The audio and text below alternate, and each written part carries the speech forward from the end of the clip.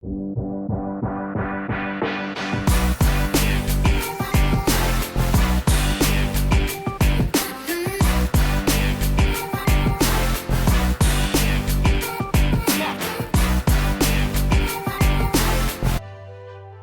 वालेकुम दोस्तों, आज की कहानी का उन्वान है शहज़ादी यूनिकॉर्न की जादुई ताकत का राज।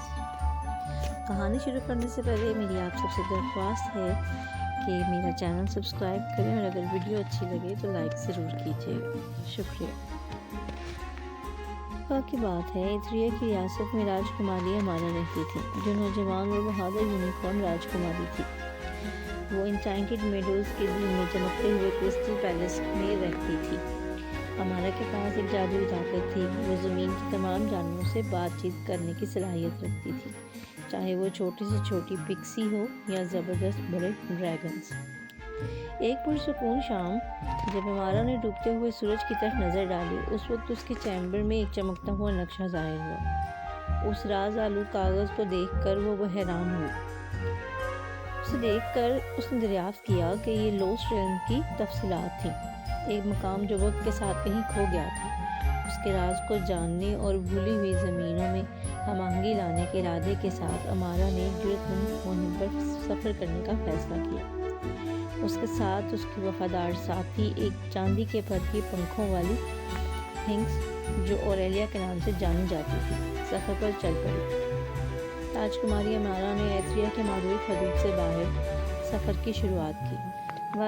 वो जादुई जंगलों में सफ़र करते, चमकते हुए दरियाओं को पार करते और धुंधली पहाड़ों पर चढ़ते सिर्फ कदीम नक्शे की रमूज़ की हदायत पर चल पड़ी। जब वो सफ़र कर रही थी तो रास्ते में अजीब मखलूक़ात से मुलाकात हुई। एक शरारती बैंड ऑफ फॉरेस्ट स्ट्राइट्स कदीम बागात की निगहदाश्त करते थे और दानाई जादूगर जो लॉस्ट रेल्म की जादू की कहानियाँ सुनाते थे। उनकी मुहिम में उन्होंने बहुत सी मुश्किलात का सामना किया।